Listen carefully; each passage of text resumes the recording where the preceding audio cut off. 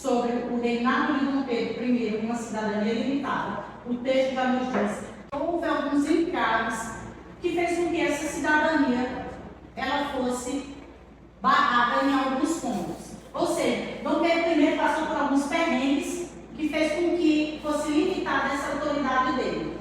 Começando pelas lutas internas no país. Como foram essas lutas? Bom, a independência não foi aceita no país todo. Em várias províncias brasileiras, como Bahia, Piauí, Pará, Ceará e Maranhão. Também tivemos um entrave com relação à aceitação da independência por outros países. Como foi o reconhecimento e o preço da independência? Os Estados Unidos foi o primeiro país a reconhecer a independência do Brasil em 1824.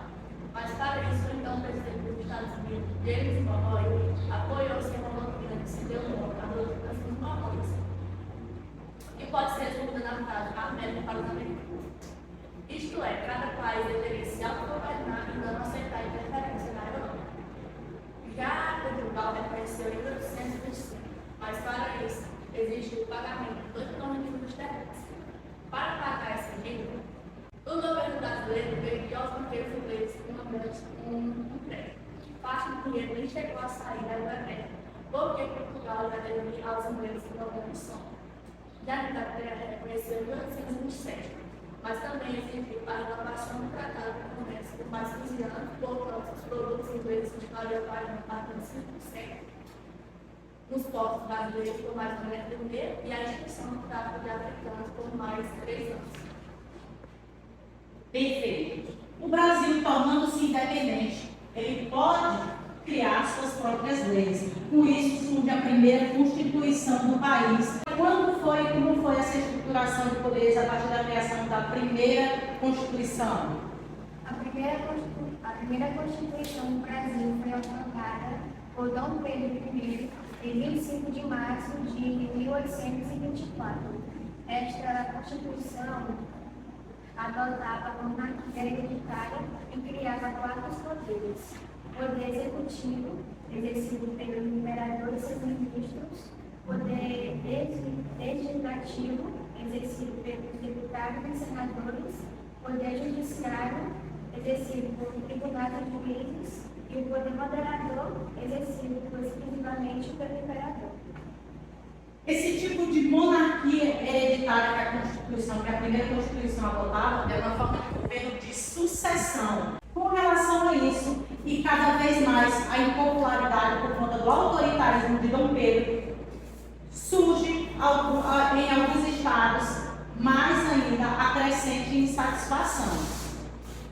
Como era esse processo que ficou conhecido como Confederação do Equador? O autor do poder era do criticado do lado brasileiro, tendo 2 autores da saúde, a liberdade. A Sentinela da Liberdade e o Tifes Pernambucano eram os 2 jornais que denunciavam, criticavam o poder moderador de Dom Pedro. Só que Dom Pedro não deixou isso barato. A brutal repressão de Dom Pedro sobre a Confederação do Equador fez com que derrubasse a popularidade que ele ainda tinha até então. Pedro I mostrava ser incompetente para resolver a crise econômica e financeira do país, havia prestado ao grande.